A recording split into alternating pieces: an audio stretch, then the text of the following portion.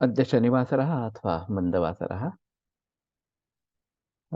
कार्तिक शुद्ध त्रयोदशी दिनांक 25 नोव्हेंबर 2023। चरक सूत्रस्थान अध्याय 10। साध्यासाध्यत्व।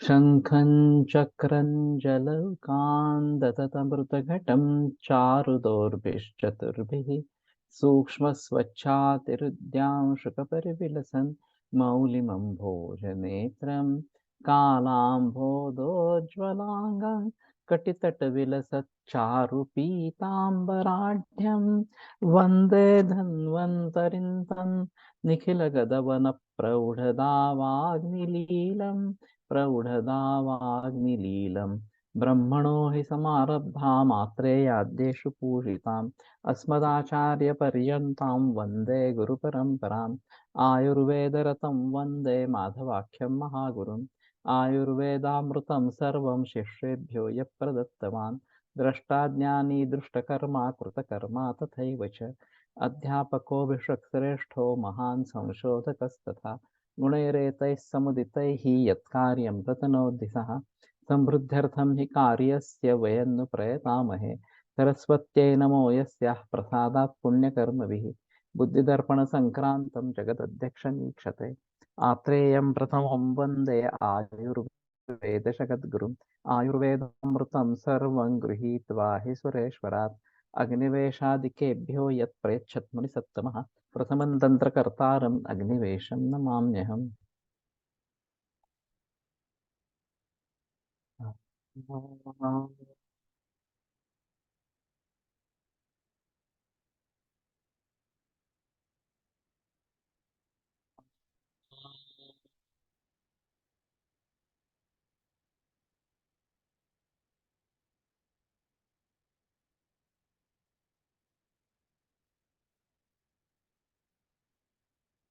ओम शांति शांति शांति।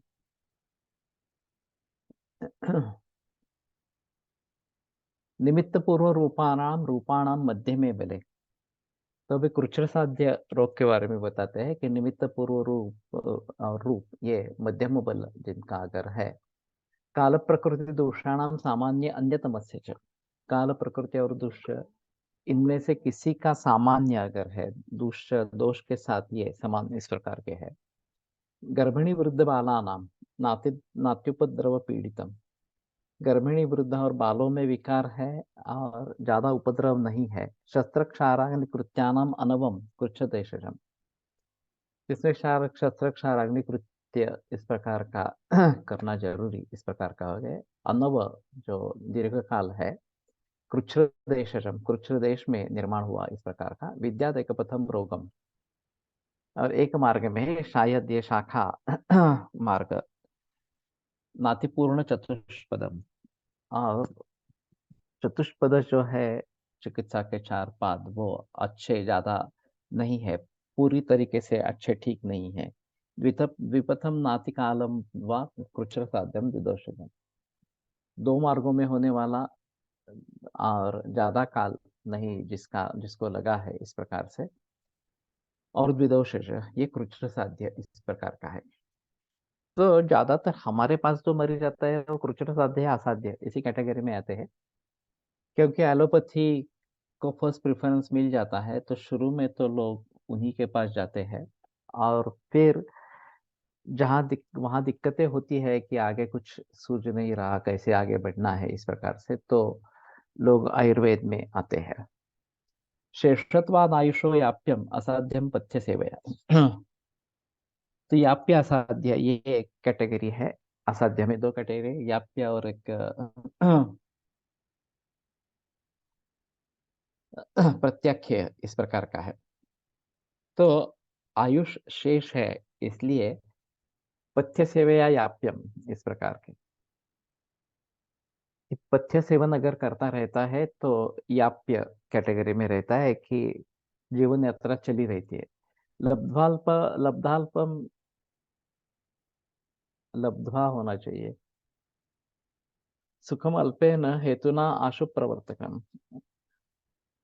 तो लब्ध्वा यानी कि अल्प सुखम थोड़ा सुख प्राप्त होता है और अल्प कारण से भी झट से वापस आ जाता है, अशुभ प्रवर्तक। तो अभी कैंसर के बारे में यही सिलसिला होता रहता है कि केमोथेरेपी, रेडिएशन वगैरह सब करते हैं, तो ट्यूमर साइज रिग्रेस हो गया, पूरा चला गया वगैरह वगैरह, इस प्रकार से होता है। बाकी भी सेहत अच्छी लगती है और फिर मरीज को लगता है कि मैं ठीक हो गया, और थोड़ा भी कारण हो गया तो ये फिर से दोहराता रहता है। तो ये अहम मुद्दा इस प्रकार का है। गंभीरम बहुधातुस्तम मर्म संधि समाश्रितम। अगर गंभीर और अनेक धातुओं में स्थित इस प्रकार का है, मर्म संधि में आश्रित आश्रित इस प्रकार का है। नित्यानुशायनम रोगम दीर्घ कालम अवस्थितम। और बहुत काल से ये चल रहा है, नित्यानुशायी इस प्रकार का, और दीर्घ कालम अवस्थितम। तो नित्यानुशायन का कुछ अलग करते हैं क्या अर्थ देखते हैं। नित्यानुबंध इतना ही किया है, तो दीर्घ काल में भी वही आता है। विद्यात विदोषजम, ये और विदोषज इस प्रकार का तद्वत। तो त्रिदोष जो है, प्रत्याख्यम त्रिदोषजम, इसमें प्रत्याख्य चिकित्सा करनी है, यानी कि बता देना है कि कुछ होने वाला नहीं है, जीवित की अपेक्षा नहीं है।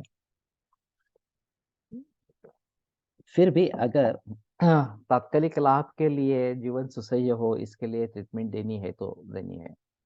क्रियापथम अतिक्रांतम, क्रियापथ को उल्लंघित करके आगे निकल गया है कि कुछ चिकित्सा कर नहीं पा रहे हैं। सर्व मार्गानुसारिणम, और सभी जो स्रोत से उन सभी में जिसने प्रवेश किया है। औत्सुक्य अरति सम्मोह क्रम, औत्सुक्य अरति और सम्मोह निर्माण करने वाला, इंद्रिय नाशनम, इंद्रियों का नाश करने वाला, दुर्बल से सुसमृद्धम व्याधिम सारिष्टमेव च। और दुर्बल व्यक्ति है, बहुत बड़ा इस प्रकार का व्याधि है और अरिष्ट लक्षण दिख रहे हैं, तो ये प्रत्याख्येय है। प्रत्याख्येय का मतलब यहाँ पे कुछ करते हैं क्या देखते हैं।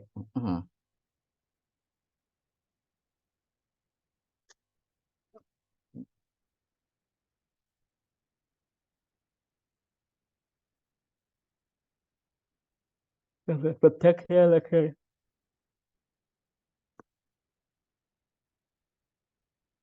नहीं, प्रत्याख्येय का शब्दशः मीनिंग नहीं किया। तो कह के ट्रीटमेंट करनी है, ये सबसे अहम है कि नहीं होने वाला है, साध्य नहीं होने वाला है, सिर्फ बेटर क्वालिटी ऑफ लाइफ और उसका प्रोलॉन्गेशन अगर कुछ कर सकते हैं तो उसके बारे में प्रयास करेंगे, ये शुरू में बताना है। मैं जब कैंसर मरीजों को ये बताता हूँ तो बहुत सारे मरीजों की प्रतिक्रिया होती है कि ये ठीक नहीं होने वाला। तो मैं कहता हूँ नहीं, उसके बारे में अभी बहस करने में कोई मतलब नहीं है, पहले बेटर क्वालिटी ऑफ लाइफ मिले, फिर उसके आगे जितना प्रोलॉन्गेशन कर सके वो कर सके। और फिर भी आगे मरीज जिंदा है, अच्छा खासा जी रहा है, तो शायद रिकवर होने के चांसेस, पूरी तरीके से रिकवर होने के चांसेस हो सकते हैं। तो लोगों का विश्वास उड़ जाता है कि नहीं, ये तो कुछ काम का नहीं है वैद्य इस प्रकार का, और फिर दूसरे किसी वैद्य के पास चले जाते हैं जो बताता है कि मैं निश्चित रूप से इसको ठीक करूंगा, और वैसा नहीं होता है। तो वो वैद्य भी बदनाम होता है, आयुर्वेद की भी बदनामी होती है, और पैसे चले जाते हैं इस प्रकार से। तो सोच समझकर ट्रीटमेंट होनी है कि क्या कर सकते हैं, क्या नहीं हो सकता है, इन सभी के बारे में जानकारी होना बहुत जरूरी इस प्रकार का रहेगा।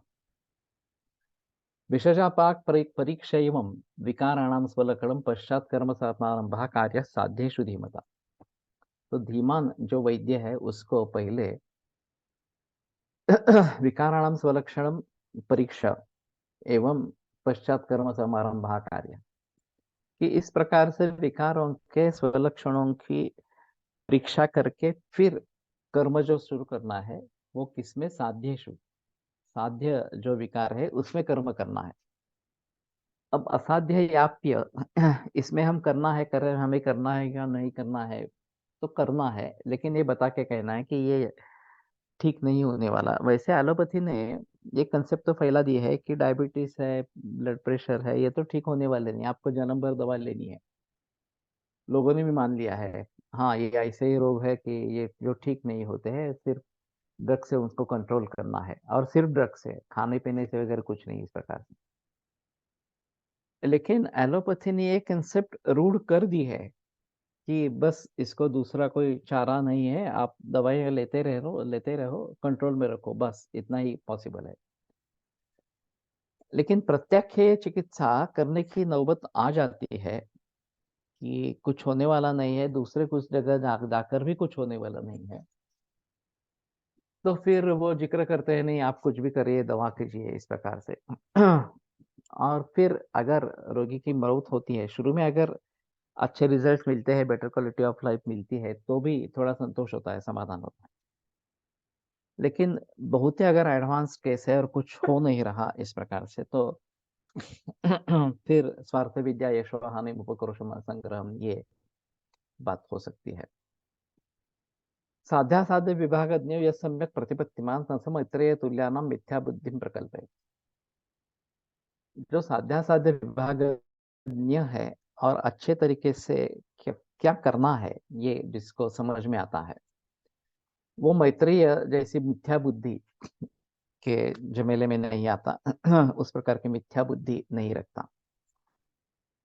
तो एक खासियत ऐसी है कि गुरु को इस प्रकार के सवाल भी पूछ सकते थे। जो सरासर गलत इस प्रकार के हैं, वो सवाल भी पूछते थे, गुरु भी उसके उत्तर देते थे, ये भी अलग चीज है। और अग्निवेश कर जैसे ग्रंथकर्ता उसको अपने किताब में स्थान भी देते, ग्रंथ में स्थान भी देते, ये भी अजीब है। नहीं तो अग्निवेश को ये मालूम हो गया, हाँ ठीक है, कि चिकित्सा और चिकित्सा अचिकित्सा तुल्य नहीं है, सिर्फ उतना लिख देते। लेकिन उन्होंने ऐसा नहीं किया। उन्होंने जो पूरा संभाषण था मैत्रेय और आत्रेय का, वो भी लिख दिया वहां पे। मैत्रेय ने किस प्रकार से सवाल पूछा था, आत्रेय ने किस प्रकार से जवाब दिया, ये सभी बातें उन्होंने सामने लाई। तो एक ये अच्छी सिस्टम है कि शिष्य प्रश्न पूछ सकता है, गुरु कितना भी मूर्खता का इस प्रकार का सवाल हो तो भी उसका जवाब देता है, अच्छी तरीके से देता है इस प्रकार से। और उसको रिकॉर्ड किया जाता है किताब में, ग्रंथों में उसको रिकॉर्ड किया जाता है। ये भी अच्छी बात इस प्रकार की है। तत्र श्लोको इहौषधम पादगुणः प्रभवो भेषजाश्रयः अत्रेय मैत्रेय मतिद्वैविध्य निश्चयः। तो औषध, पादगुण, प्रभव, भेषजाश्रय, अत्रेय मैत्रेय, इनकी बुद्धि और मतिद्वैविध्य निश्चय, दो प्रकार के मति के निश्चय। चतुर्विध विकल्पाश्च व्याधया स्वस्व लक्षणाः। तो चार विकल्प वाले व्याधि स्वस्व लक्षण होने वाले, उक्ता महाचतुष्पाद येषु आयतन विषक्त। तो इस महाचतुष्पाद अध्याय में ये सब बताए गए। और चिकित्सा उन पर निर्भर इस प्रकार की है।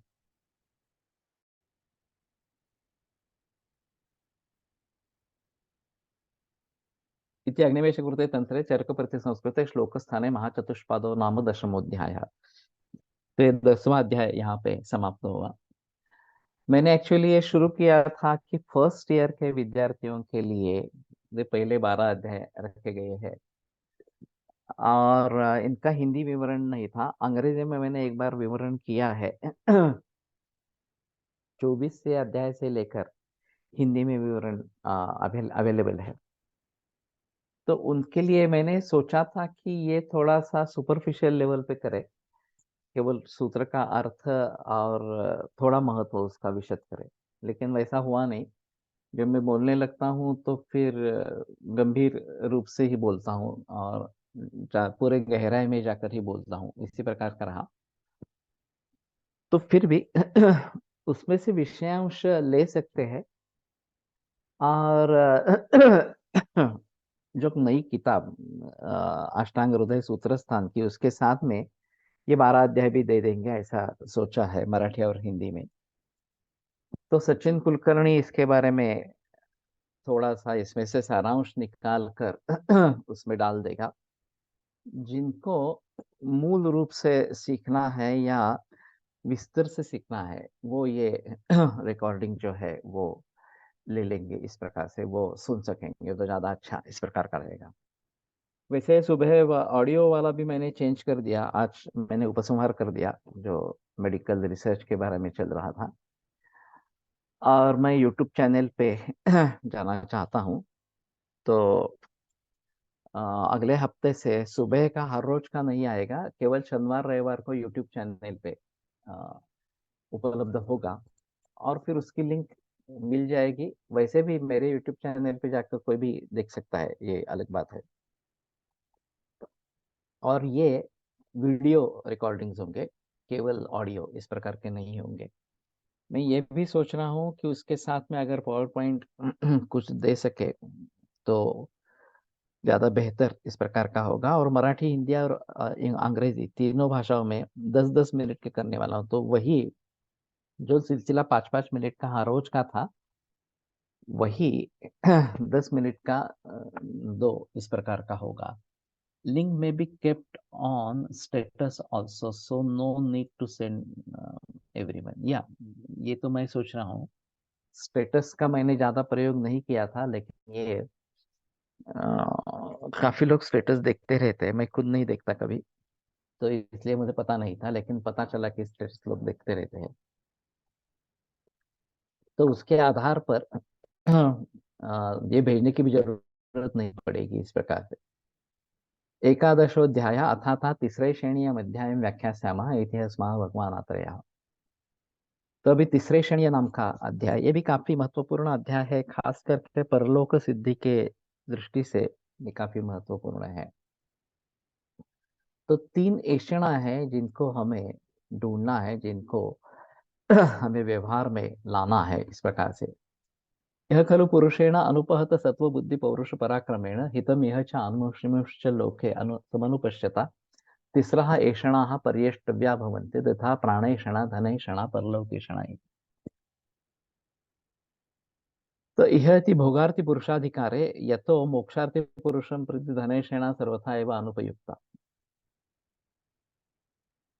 तो अनुपहत सत्व बुद्धि पौरुष पराक्रम इस प्रकार का पुरुष, और यह और परलोक में जो हित की कामना करता है, वो 3 ऐषणा उसको ढूंढनी है इस प्रकार से, प्राणेषणा धनेषणा और परलक्षण।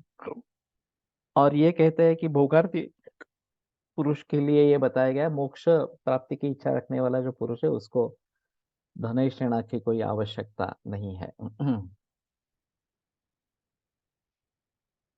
पुरुषेण इति पदं कुर्वन् य एव पुरुषः ऐषणात्रयम् अन्विष्यति स एव पुरुषः भण्यते नान्यः पशुतुल्यत्वात् इति दर्शयति। तो जो आदमी इस प्रकार से ऐषणात्रय का अन्वेषण करता है, वही पुरुष वास्तव में है, बाकी पशु है इस प्रकार से। पौरुषम शारीर बलम पराक्रमस्तु शौर्याख्यम मानसम बलम। तो पौरुष शारीर बल है और पराक्रम जो है वो मानस बल इस प्रकार का है। ते बेसिकली मानस बल है, पराक्रम जो है वो इस प्रकार का, या शौर्य जो है वो। और शस्त्रम शास्त्राणि सलिलम गुणदोष प्रवृत्त पात्रापेक्षिणी, ये जो बात बताई गई है, तो शस्त्र जिसके हाथ में है, एक्चुअली शस्त्र से उसका मन बहुत गंभीर होना चाहिए कि उसको लड़ना है मुझे, इस प्रकार से उसकी आकांक्षा होनी चाहिए। यह ते जन्मने अनुष्मने ते जन्मांतरे जन्म जन्मांतरे इष्यते अन्विष्यते साध्यते इति अनया इति एषणा। तो जिसके द्वारा ढूंढा जाता है, ये ऐषणा इस प्रकार का, और फिर उसकी सिद्धि होती है। प्राणो जीवितम तत्साध्यते दीर्घत्वेन रोगानुपहतत्वेन च अनया इति प्राणेषणा। कि प्राण यानी कि जीवन इस प्रकार का है, और दीर्घत्वेन रोग अनुपहतत्वेन, दीर्घायु हो और रोग नहीं हो, आरोग्य संपन्न इस प्रकार का हो, तो ये प्राणेषणा है। एवं धनेषणा परलोकोपकारकस्य धर्मस्य एषणा परलोकेषणा। तो परलोक उपकारक इस प्रकार की धर्म की ऐषणा परलोकेषणा है। कामैषणा तु प्राणैषणा धनैषणयोः अंतर्भावनीया शरीर संपत्ति धन संपत्ति साध्यत्वात् कामस्य। वैसे कामैषणा लिखी तो नहीं गई है, लेकिन इष्ट काम जो है उसके लिए भी ऐषणा होनी चाहिए। वैसे भी धर्म अर्थ काम ये जो तीन पुरुषार्थ बताते हैं, उसमें काम में मोक्ष भी ले लेते हैं, क्योंकि मोक्ष की अगर इच्छा होती है तो वो भी काम में समा जाता है इस प्रकार से। इसलिए त्रिवर्गम साध्यते या त्रिवर्ग त्रिवर्ग इस प्रकार की बात कहते हैं, उसमें धर्म अर्थ काम तो शामिल होते ही है, लेकिन मोक्ष भी अगर कामना उसकी है तो वो भी उसमें त्रिवर्ग में शामिल इस प्रकार का हो जाता है। यदि वा कामेषणायां स्वतः एव पुरुषः प्रवृत्तो भवति नोपदेशम् अपेक्षते इति तदेषणोपदेशो न कोता, कि कामेषणा के लिए पुरुष स्वयं ही प्रवृत्त होता है, तो इसलिए उसके लिए उपदेश नहीं किया गया इस प्रकार से। आसान तो खलो ऐषणानां प्राणैषणां तावत् पूर्वतरम आपद्येत। इन तीनों ऐषणाओं में से पहली जो है वो प्राणैषणा इस प्रकार की है। कस्मात् प्राण परित्यागे ही सर्वत्याग। तो प्राण का परित्याग हो गया तो ही सभी चीजों का त्याग हो जाएगा, सर्वत्याग का कुछ भी नहीं रहेगा। और यही एक भय है जिसके जरिए लोग अच्छे कर्म करते रहते हैं, कुछ प्रयास करते हैं स्वास्थ्य बनाने के लिए वगैरह वगैरह इस प्रकार से, क्योंकि तद्भावे भावानाम सर्वाभाव शरीरिणाम, अगर जीवित ही नहीं रहा तो सभी भावों का अभाव इस प्रकार का हो जाता है। तस्य अनुपालनम स्वस्थस्य स्वस्थवृत्तानुवृत्ति आतुरस्य विकार प्रशमने अप्रमादः। तो जो स्वस्थ है उसको स्वस्थ वृत्त का अनुवर्तन करते रहना चाहिए। और आतुर जो है, रुग्ण जो है, विकार प्रशमने अप्रमादः, विकार का प्रशमन करने में अप्रमाद उसका होना है, कि गलती नहीं करनी है, इसके पीछे पड़ना है। नाजित्वा साध्य मामयम, ये वाग्भट में भी कहा है कि अगर साध्य विकार है तो उसको जीतने के बगैर न अन्य कार्य विग्रह से, दूसरा कोई भी कार्य नहीं करना है। तो इसमें अगर प्रमाद हो जाता है कि हम ध्यान नहीं देते रोगों की तरफ और रोग बढ़ता जाता है इस प्रकार से और फिर मौत हो जाती है, तो ये अच्छी बात नहीं है। अभी हमारे ऑर्गेनिक इसके पांडुरंग शितोड़े, इनका व्याख्यान बीच में भी हुआ था, गुरुकुल में भी काफी बार उनका व्याख्यान हुआ है। अब मेरे कार्यक्रम में उनका जब व्याख्यान हुआ तो मुझे पता चला कि उनको सांस फूल रही है बोलते समय इस प्रकार से। तो मैंने उनसे पूछा कि ये आपको चलने पर भी सांस लगती है क्या? तो बोले हाँ, बोल लगती है। तो मैंने कहा ये दुर्लक्षणीय नहीं है, आपको ट्रीटमेंट लेने की जरूरत है। तो बोले कि मैं आ जाऊंगा, तुम्हारे पास आ जाऊंगा इस प्रकार के ट्रीटमेंट के लिए। लेकिन वो आए नहीं। और फिर अभी 2 महीने के बाद डायरेक्ट न्यूज आई कि उनका देहांत हो गया। तो मैंने डायग्नोसिस किया था कि हृदरोग है, आईएसडी करके खास करके, और ये गंभीर समस्या है, और मैंने उनको बता भी दिया था। लेकिन मैंने शायद उसके बाद में फॉलोअप नहीं किया कि अरे आप आने वाले थे, क्या हुआ वगैरह इस प्रकार से। और फिर जब ये न्यूज आई कि उनका देहांत हो गया इस प्रकार से, तो ये नाजित्वा साध्यमामयम, साध्यामय अगर है तो वो जीतने के बगैर दूसरा कोई भी कार्य नहीं करना है, ये एक अहम मुद्दा वहां पे है इस प्रकार से। तद उभयम एतद उक्तम वक्ष्यते। तो ये दोनों बताया है और बता पे जा ही रहे हैं इस प्रकार से पूरे। स्वस्थ से स्वास्थ्य रक्षण, आतुर से विकार प्रशमनम, ये 2 प्रयोजन है आयुर्वेद के, तो ये प्रधान प्रयोजन है एक, ये स्वस्थ से स्वास्थ्य रक्षण। और फिर उसके बारे में ज्यादा बहस नहीं हो रही है, वो छोटा हिस्सा है, रोगों के बारे में हिस्सा बड़ा है इस प्रकार से। और लोगों को दिलचस्पी रोगों में है, स्वास्थ्य में नहीं है इस प्रकार से, उसमें पैसा भी नहीं है। तो इसलिए हम उसके तरफ दुर्लक्ष्य करते हैं। और जब रोग होता है और आगे बढ़ जाता है तभी सोचते हैं। तो ये गलत इस प्रकार की बात है कि हमें शुरू से ही इसमें सजग रहना और स्वास्थ्य का अनुपालन करते रहना ये आवश्यक इस प्रकार का रहेगा। अभी 3 दिसंबर को मेरा यहाँ तिलक आयुर्वेद महाविद्यालय में व्याख्यान है। और आहार, ऑर्गेनिक सेंद्रीय आहार, ये औषध के रूप में कैसे काम में आता है, इस प्रकार का कुछ विषय है।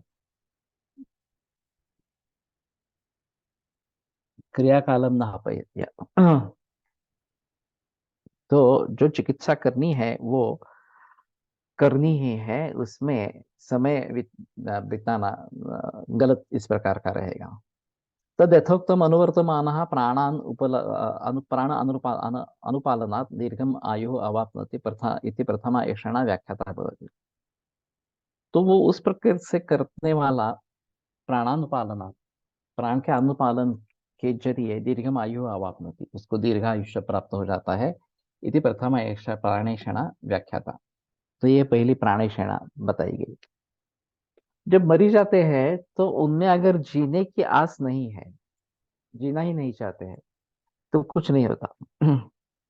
तो मैं पूछता हूँ कि पेशेंट डिप्रेशन में है क्या, और उसने सब प्रयास छोड़ दिए हैं क्या, क्या भी कुछ करना करना नहीं है, बस मृत्यु आने ही वाली है, इस प्रकार से। ऑनलाइन आएगा। अभी तो मैंने ये ऐसा नहीं सोचा है। मैं रिकॉर्डिंग करूंगा, थोड़ा एडिटिंग होगा और फिर ऑनलाइन जाएगा, इस प्रकार से जो होगा तो वो लिंक शेयर की जाएगी, तो आप आसानी से शनिवार रविवार को देख सकते हैं।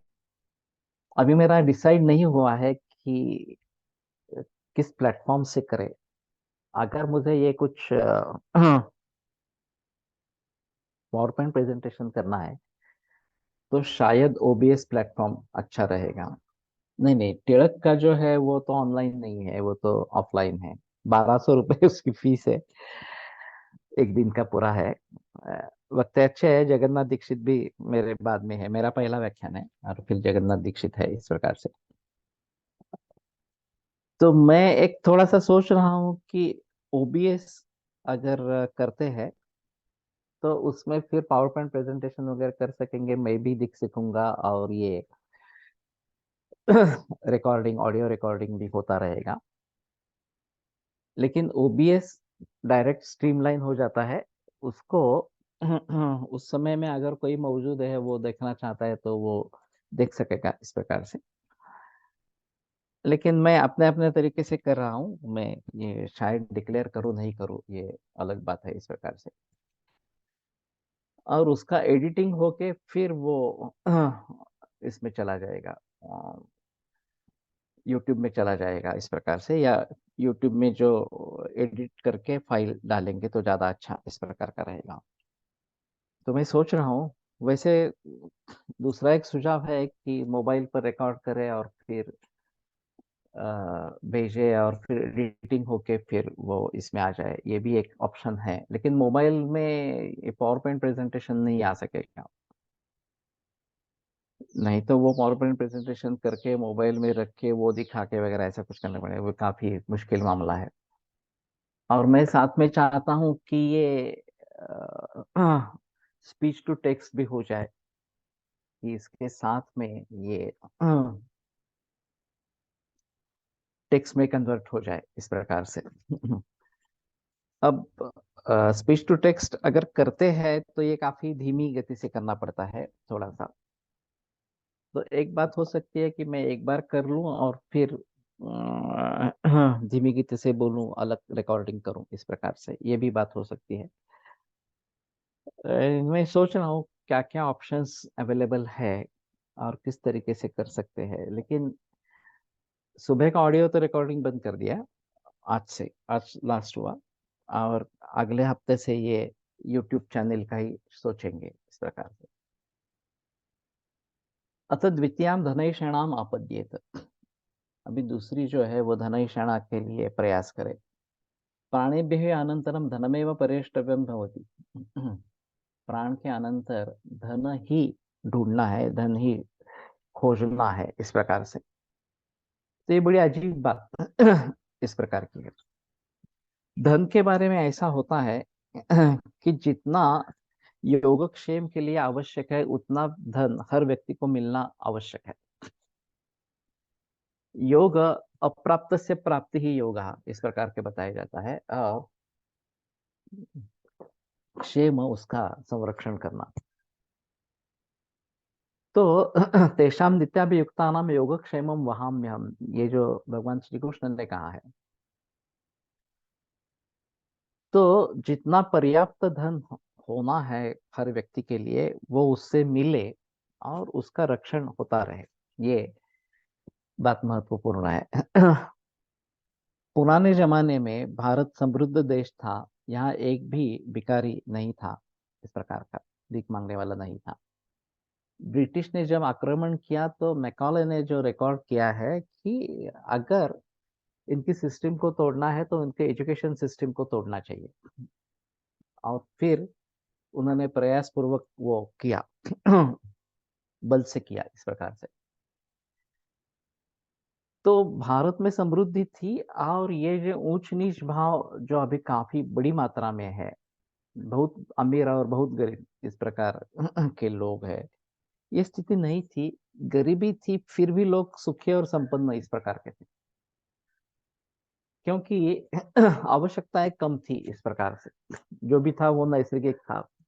तो यही सिलसिला बरसों से, हजारों बरसों से चलता आ रहा था, लेकिन ये आक्रमण वगैरह सभी के जरिए ये यंत्रणा उद्ध्वस्त इस प्रकार की हो गई।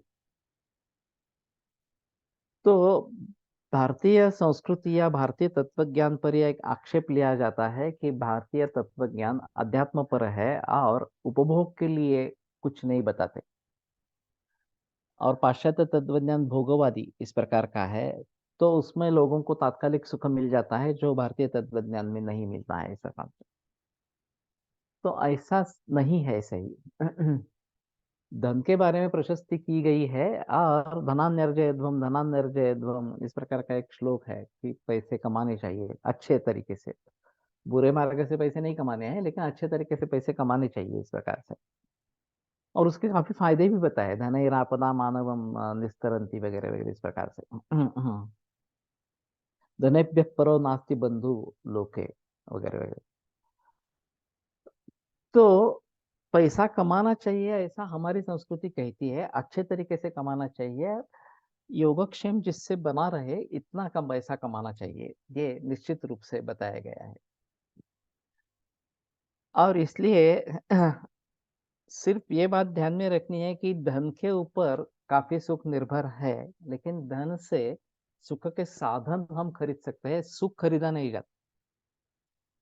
सुख तो आंतरिक है।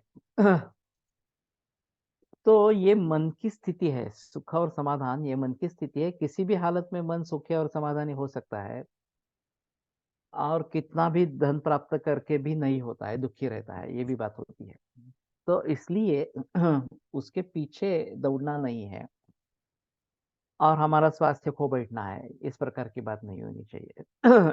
अच्छे तरीके से धन कमाओ और अच्छे तरीके से उसका विनियोग करो, ये सबसे बेहतर ऑप्शन इस प्रकार का, और सुखी समाधानी इस प्रकार के रहो, ये आवश्यक इस प्रकार का रहेगा।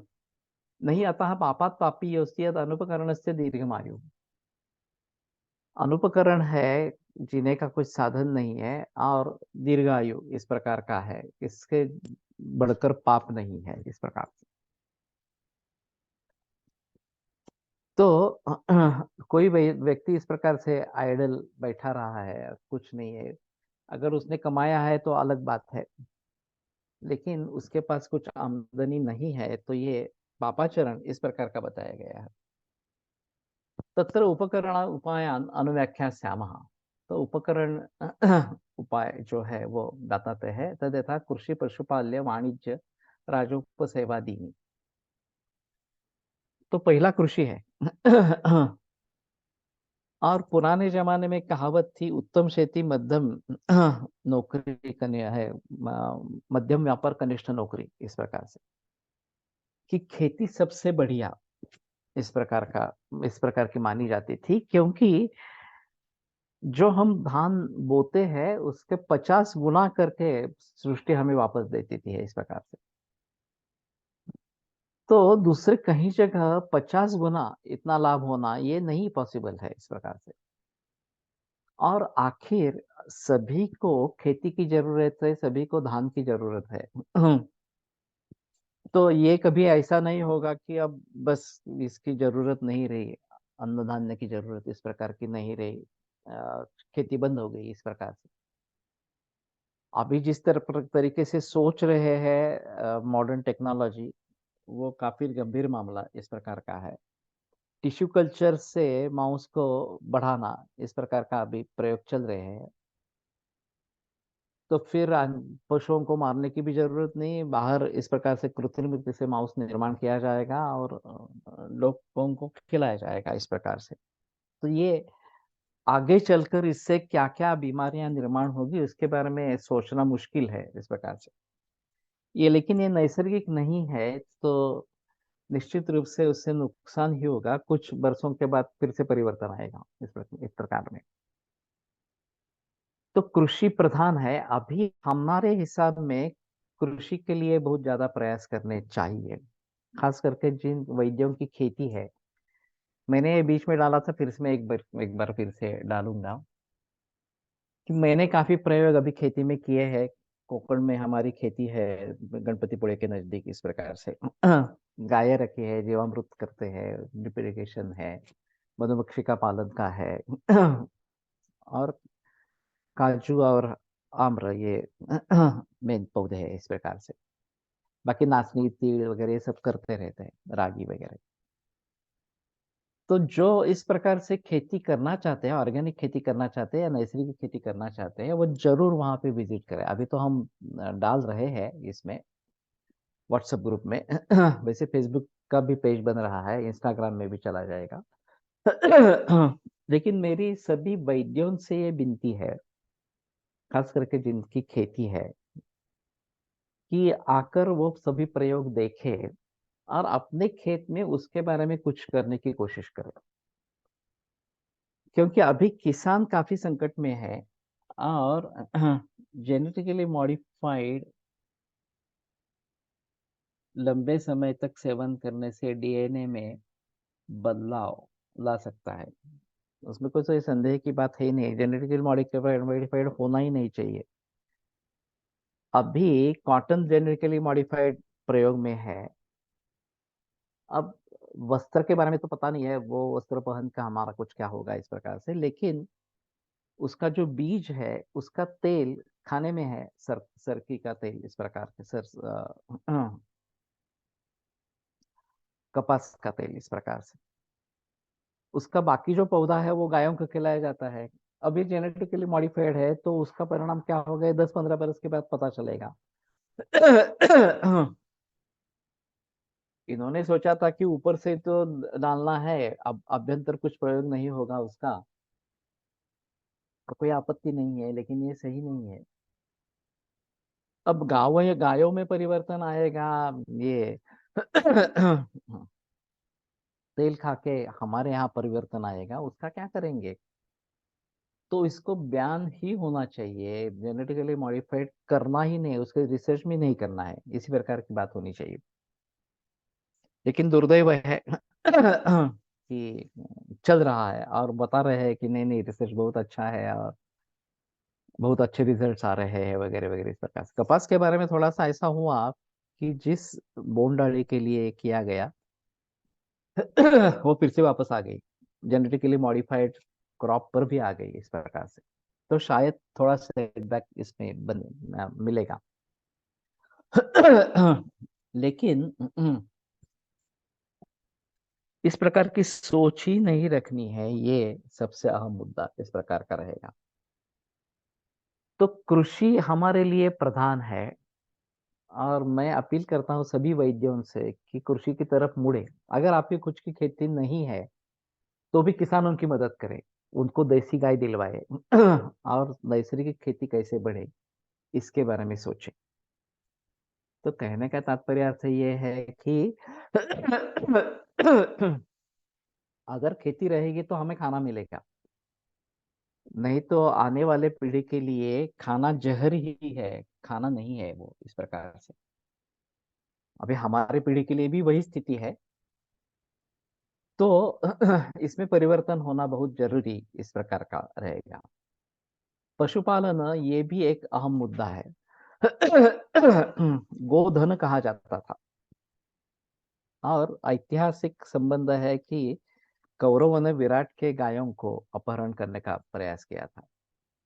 मैंने जब पहली बार सुना तो मैंने कहा कि गायों का अपहरण के क्या है चीज। या ऐसा क्या धन है, गोधन जिसको कहते हैं, कि जिसको लोग चुरा के लेके जाते थे इस प्रकार से। तो सच ही में वो धन है, इसमें कोई संदेह की बात नहीं है। देसी गांव गायों की पैदाश अगर बढ़ती है, कोई देश बताया था, सरकी गायों को खिलाने के लिए एक महाराज प्रवचन में बताते रहते हैं। तब से बहुत सारे लोग, विशेष स्त्रियां, इसे एक धार्मिक महत्व करके लाखों में दे रहे हैं। तो ये तुरंत बंद करना चाहिए। उससे दूध बढ़ता है, ये बात सही है। लेकिन फिर भी अगर ऑर्गेनिक या नैसर्गिक सरकी होगी या फिर कपास होगी तो कोई प्रॉब्लम नहीं है, वो तो कर सकते हैं। लेकिन ये जेनेटिकली मॉडिफाइड इस प्रकार से देना बिल्कुल गलत है। इसीलिए मैंने तिल का प्रयोग अभी किया है हमारे खेत में। मैंने तिल काफी मात्रा में लगाए हैं। तो दोबारा फिर से अभी रब्बी में भी तिल का प्रयोग करेंगे। और फिर उससे पेंट बनेगी, वो गाय के लिए जाएगी, तेल हमें हमारे लिए मिलेगा। वैसे मूंगफली भी डाली है, लेकिन वो भी कम मात्रा में है, तो उसका भी तेल हमारे लिए मिलेगा, और पेंट जो है वो गायों को जाएंगी। तो ये नैसर्गिक है, तो कोई आपत्ति नहीं। लेकिन इस प्रकार से अगर जेनेटिकली मॉडिफाइड का प्रयोग होता रहता है तो ये काफी मुश्किल मामला हो जाएगा। और उससे बचना है इस प्रकार से। तो पशुपालन भी एक आवश्यक है।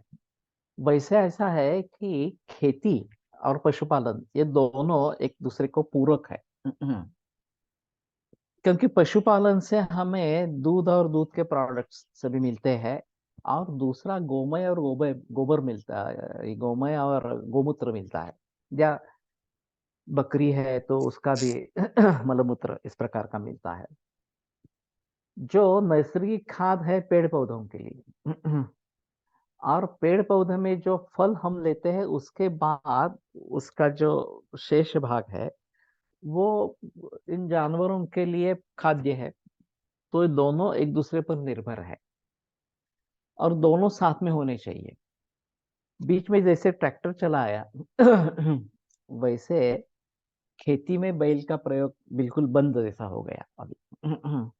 बैल की आवश्यकता नहीं रही तो बैल को मारना आरंभ कर दिया उन्होंने। और अभी जर्सी गाय है तो उसके बैल का तो कोई मतलब नहीं है। वो खेती पे के काम नहीं आता। तो तुरंत स्लॉटर हाउस में भेजा जाता है। ये विदेशों की बात मैं कह रहा हूँ। और फिर उसकी माँ रो रही है, जिसका बछड़ा उससे विलग हो गया है। इनको कुछ लेना देना नहीं है, उसका दूध कलेक्ट किया जा रहा है, उसमें क्या हार्मोनल इम्बैलेंस हुआ है उसके बारे में कुछ देखा नहीं जाता इस प्रकार से। तो फिर से पारंपरिक पद्धति से खेती होना जरूरी इस प्रकार का है। इसमें बड़ी समस्या मजदूरों की है अभी। लोग देहात को छोड़कर शहरों में जा रहे हैं। और वहां किसी भी तरीके से जीवन को संभलते हुए बहुत कम आमदनी में गुजारा करते हैं। वास्तव में ये खेती और पशुपालन ये अगर देहातों में बढ़ जाता है और इंडिविजुअल होता है, बड़ी बड़ी इस प्रकार की डेयरी बने, ये एक अलग बात होगी इस प्रकार से। अभी रत्नागिरी में A2 डेयरी शुरू हो गई है। ये पहला कदम है शायद A2 डेयरी का इस प्रकार का।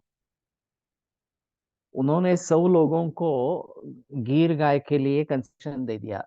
सब्सिडी दे दी 20,000 की। हाँ, एक गाय के लिए। और फिर 100 गाय वहां पे बन गई। अब इन 100 गायों के आधार पर एक A2 डेयरी शुरू कर दी है। तो ये प्रयास ठीक है, लेकिन नहीं तो इंडिविजुअल लेवल पर ये करते रहेंगे। अभी जो WHO का कहना है कि भारत में 67% दूध जो है वो कृत्रिम है, इस प्रकार से केमिकल द्वारा बनाया जाता है। लेकिन मुझे नहीं लगता कि ये सच्ची बात है। शायद उन्होंने केवल जो बड़ी बड़ी डेयरीज है उनके दूध के बारे में सोचा है, चितले या फिर गोकुल या मदर इंडिया, मदर डेयरी वगैरह वगैरह जो है, अमूल, उनके बारे में जानकारी इकट्ठा की है। इनकी उनके बावजूद बहुत सारे छोटे छोटे किसान हैं जिनके पास एक दो तीन चार गायें हैं, और वो सप्लाई कर रही है। उनको ढूंढना और उनकी गिनती करना काफी मुश्किल काम है। इस प्रकार से करने वाले कुछ लोग होंगे। मैं ऐसा नहीं मानता कि ठगाने वाले लोग होते हैं, नहीं होते हैं, ऐसा नहीं है। और कृत्रिम पद्धति से दूध तैयार करके बेचने वाले भी कुछ लोग होंगे। लेकिन इतनी बड़ी मात्रा में 67% दूध जो है वो केमिकल से बनाया हुआ है, ये मूर्खता है। विदेशों में इस प्रकार के छोटे छोटे किसान है ही नहीं, या पशुपालन करने वाले है ही नहीं। जो भी है वो सब कमर्शियल पशुपालन इस प्रकार का है। नेदरलैंड्स में 800 गाय का फार्म होता है, और एक कपल सिर्फ उसको देखता है, इस प्रकार से। तो उसी मॉडल को ध्यान में रखते हुए शायद ये प्रचलन में आ गया कि भारत में इतना सारा दूध केमिकल का बना है। उन्होंने छोटे छोटे किसानों से या पशुपालकों से जानकारी हासिल करने की कोशिश ही नहीं की है, इस प्रकार से। और वो काफी मुश्किल काम भी है, क्योंकि भारत काफी बड़ा देश है। देहात काफी बड़े बड़े इस प्रकार के बहुत सारे देहात है, इस प्रकार से। और कौन जाके वहां से सभी, जहाँ मदर बड़ी डेयरी है वहां पे शायद पता लग जाएगा कि हाँ इतना दूध इस गांव से आता है वगैरह। लेकिन उसके बावजूद भी लोग रहेंगे। नहीं तो अ, भारत कब का बीमारी ग्रस्त हो जाता था, रोगग्रस्त हो जाता था। वैसे सभी विश्व भर में बीमारियां फैल रही है, उसमें कोई संदेह के बाद, तो उसी प्रकार से भारत में भी फैल रही है। लेकिन इनका जो दूध ये मुख्य कारण है ऐसा बताना है, ये शायद गलत फहमी है। लेकिन उसके बारे में फिर स्टैटिस्टिक्स लगा के ये बात लोगों के सामने लाने की जरूरत है, इस प्रकार से है। और उनका जो कहना है वो एक बार ठीक से देखना है कि किस आधार पर वो ये बोल रहे हैं, ये भी एक बार देखना है। और फिर हमारे पास हमारा स्टैटिस्टिक्स अच्छे तरीके से तैयार होना चाहिए। तो कृषि और पशुपालन ये दोनों साथ में होने चाहिए, दोनों एक दूसरे को पूरक है। जनरली किसान अपने लिए दो तीन गाय ही सही, लेकिन रख सकता है इस प्रकार से। चाहे उसके घर के लिए दूध चाहिए, अगर बेचना है तो ज्यादा मात्रा में गायों को रखना है। अभी भैंस भी भारत में एक ऑप्शन है जो विदेशों में नहीं है। तो अच्छी तरीके से भैंस का अगर पालन करते हैं तो भी ठीक है, ये भी A2 मिल्क में ही आता है। लेकिन जर्सी गाय का प्रचलन बंद होना चाहिए, वो धीरे धीरे कम, उसकी संख्या कम करके देसी गाय की संख्या बढ़ानी चाहिए। और वो जो देश मुझे याद नहीं है, लेकिन एक आदमी के लिए 4 गायें, इस प्रकार की उस देश की स्थिति है। इतनी बड़ी मात्रा में गायें हैं, इस प्रकार से। तो मैंने सुना था कि गायों की संख्या काफी बड़ी मात्रा में थी, और वो कहीं पे भी घूमती थी, रास्ते में आती थी वगैरह। तो ब्रिटिश ने कहा कि ये कैसी स्थिति है, देखा ये जब। तो फिर उन्होंने मुसलमानों को तैयार किया कि तुम ये खाना शुरू करो, गाय और बैल का इस प्रकार का मांस खाना शुरू करो। और वो प्रचलन में आ गया, और फिर उसमें धर्म में ये है, इस प्रकार की बात आगे चली। लेकिन धर्म में नहीं है। इसके बारे में काफी बहस अदालतों में हुई है। और धर्म के आधार पर बैल का मांस खाना ये मुस्लिम धर्म में भी नहीं है। अभी कुछ मुस्लिम भी ऐसे हैं जो गायों का पालन करते हैं, भली भांति पालन करते हैं, इस प्रकार से। सोलापुर के नजदीक इंदापुर या उसके पहले कोई एक बड़ा फार्म है और मुस्लिम व्यक्ति है और बहुत अच्छे तरीके से गोपालन कर रहा है इस प्रकार से। तो कहने का तात्पर्य अर्थ ये है कि ये कृषि और पशुपालन बढ़ जाना चाहिए, क्योंकि आहार ही मूल है। अभी आहार में जो परिवर्तन आ रहा है, जिस तरीके से परिवर्तन आ रहा है, वो सभी विश्व भर के समाज के लिए एक खतरा है, बड़ा खतरा है। अगर मूल रूप से हमें स्वास्थ्य टिकाना है तो इसके बारे में जागरूकता होना, खेती का क्षेत्र बढ़ना। अभी जो शहरों के नजदीक खेती है वो कम होती जाती है, वहां एने करते हैं, फिर बस्ती हो जाती है, तो खेती का क्षेत्र कम हो जाता है। ये अभी सभी जगह चल रहा है। तो ये बात गलत है। वास्तव में पंचक्रोशी ये जो बात थी उसी को बढ़ावा देना चाहिए। अच्छे ग्राम बने पंचक्रोशी बने, जब भी जो भी जरूरतें हैं वो वहीं पे पूरी हो जाए, ये देखना जरूरी इस प्रकार का होगा।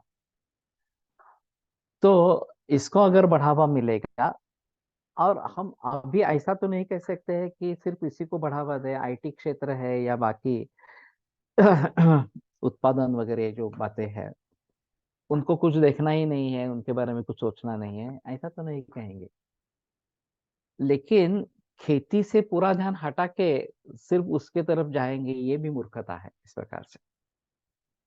तो खेती भी बरकरार होनी चाहिए, पशुपालन भी बरकरार होना चाहिए, और फिर उसके साथ में आपको जो एडवांसमेंट नहीं करने हैं वो करने हैं। विदेशों में जहाँ यहाँ से ब्रिटिश काल में A2 गाय थे, ले गए थे। आज वो गाय भैंस जैसी मोटी ताजी हो गई है। गायों का आहार विहार भी उनके शरीर में परिवर्तन लाता है। ब्राजील में यही हुआ है, इंग्लैंड को मालूम नहीं मुझे। यहाँ से गिर गाय ब्राजील में गई और वो 40 60 100 लीटर तक दूध देती है। ये पूरा अनैसर्गिक खाना उसको देते हैं, ये मूर्खता है। हमारी गाय अगर 15 14 15 लीटर भी दूध देती है, देसी गाय नॉर्मल खाने से, नेचुरल खाने से, तो भी बेहतर है गायों की संख्या बढ़ाओ। इस प्रकार से अननेचुरली दूध बढ़ाने की बात मत करो। और धीरे धीरे ये होगा।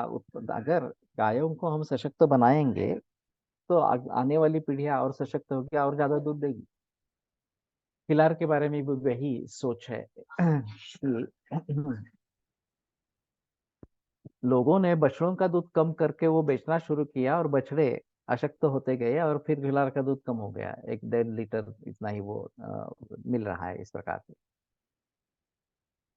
तो बच्चों को जितना दूध चाहिए, 1 लीटर दूध उनको कम से कम लगता है, तो उतना देना है। वो तोड़ना क्यों है इस प्रकार से? तो हम अभी ये सब प्रकार कर रहे हैं। मेरी गायें हैं और हम बछड़ों को जितना पर्याप्त दूध है वो देते हैं, और फिर बाकी का दूध हम प्रयोग में लाते हैं इस प्रकार से। तो यही प्रचलन था, तो उसी को आगे बढ़ाना है। वाणिज्य ये भी एक है।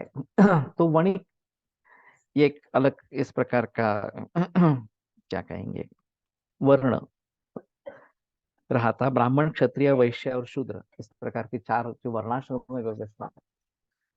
तो वणिक एक वर्ण है उसमें। और खास करके पीढ़ियों से ये चलता आता रहता। उनके लड़के उसी प्रकार से सोचते रहते हैं, उसी प्रकार से धंधा इस प्रकार से करते हैं। तो ये भी अच्छा है। उसमें कोई संदेह की बात नहीं है। अभी सर्विस इंडस्ट्री भी उभर आई है। ट्रेडिंग ये एक अलग बात है कि कम दाम पे लेना और ज्यादा दाम पे बिकना, इस प्रकार से बहुत सारे लोगों से इकट्ठा करना और बहुत सारे लोगों को देना, एक सिस्टम है इस प्रकार से। अभी अमेजोन वगैरह तो कितना कमा रहे हैं इस प्रकार से।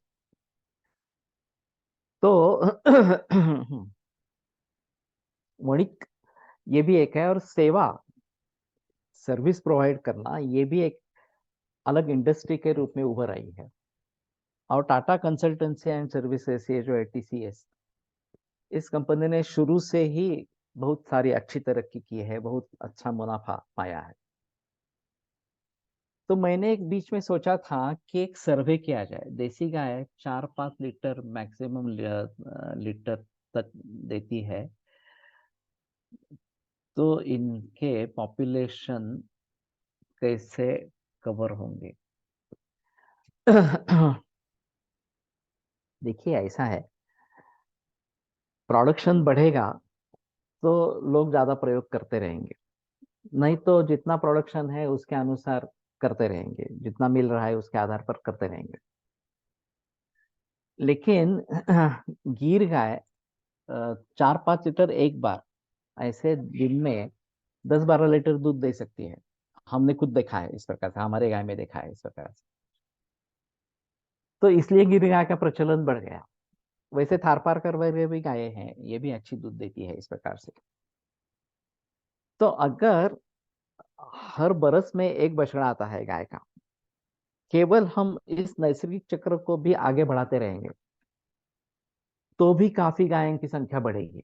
क्योंकि हमारी उतनी उत्पत्ति नहीं होती है। लोगों की उत्पत्ति जो है वो पूरे बरस जन्म भर में एक या दो हम निर्माण करने वाले हैं बच्चे, लेकिन गाय हर बरस में एक बच्चा निर्माण करती है।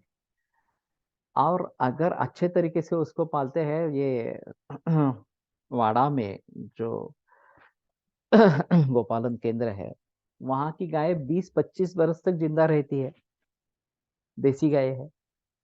और वहीं ये जो जर्सी गाय है वो ज्यादा से ज्यादा 3 से 5 बरस तक जिंदा रहती है।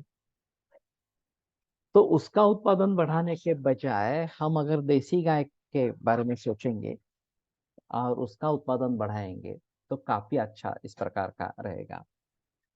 आई ट्राई टू मेनी पर्सन्स, पर वो तैयार नहीं होते हैं। कहते हैं कि बहुत मेहनत करनी पड़ती है। ये तो सही है, मेहनत तो करनी पड़ेगी, उसमें संदेह की बात नहीं है। मैक्सिमम 8 लीटर तक दूध देती है। तो इसमें संदेह की बात नहीं है, इसमें काफी मेहनत है। अभी मेरे पहचान में एक एमबीबीएस ये पेडिट्रिशियन है, एलोपैथी। उसका पति आईटी में है, लेकिन उनके घर में फार्म था और पिता उनके फार्म चलाते थे, गाय का फार्म। उन्होंने अभी ये देहू रोड के नजदीक एक बड़ा फार्म खरीद लिया देसी गाय का। वहां जर्सी गाय का था, वो बेचना चाहता था, सभी जर्सी गाय निकाल दी और देसी गाय और भैंसे रखी है। और वो सभी बड़े पैमाने पर है, एक करीबन 100 से ऊपर इस प्रकार के जानवर होंगे। और उतना स्टाफ वगैरह सभी है इस प्रकार से। 100 रुपए के हिसाब से दूध बेच रहे हैं देसी गाय का इस प्रकार से। तो लोग आ रहे हैं इसमें। ऐसी स्थिति नहीं है कि देसी गाय के प्रजनन के लिए आ रहे हैं। तो वसुबारस के दिन उन्होंने उसने मुझे बुलाया था, मैं गया था देखने के लिए। और मुझे मालूम नहीं था कि इतनी बड़े पैमाने पर उन्होंने ये सब किया है। वो हमारे प्रोफेशनल्स और इन्वेस्टमेंट के सेमिनार में आए थे, उनके जो लोग थे वो। और फिर मुझे पता चला कि ये इतनी बड़े पैमाने पर उन्होंने शुरू किया है। तो काफी इन्वेस्टमेंट है उसमें, वो संदेह की बात नहीं है। तो ये लोग देखेंगे, हमारा खेत देखेंगे आकर, तो उनको तसल्ली होगी, ये हो सकता है इस प्रकार से। और फिर प्रेरणा मिलेगी ये सब करने के लिए। तो मेरा सभी से सुझाव है, मैं तो अभी अब हम दे ही रहे हैं विज्ञापन, लेकिन फिर से दोहराते रहेंगे कि ये जरूर कोकण में आए। गणपतिपुळे के नजदीक है, बीच भी नजदीक है वहां से। और ये जो खेती में हमने प्रयोग किए है वो सब देखे और अपने खेती में उसके बारे में प्रयास करें। तो धीरे धीरे माहौल बदलेगा, खास करके वैद्यों को तो ये करना ही है, ऐसा मेरा सुझाव है। तो ठीक है, आज रुकते हैं, कल आगे बढ़ेंगे। आयुर्वेद प्रकांड निगदित इह हि शल्यतंत्र प्रधानः शिष्येभ्यः शाश्वतोऽयं निखिलजन कृपा व्याप्त चित्तेन येन आयुर्वेदस्य वाञ्छन् पुनरपि भुवने काञ्च सुष्ठु प्रतिष्ठां श्रेष्ठं धन्वन्तरिं तं प्रणमति च सदा वैद्यवर्गो हि नूनं वैद्यवर्गो हि नूनम्।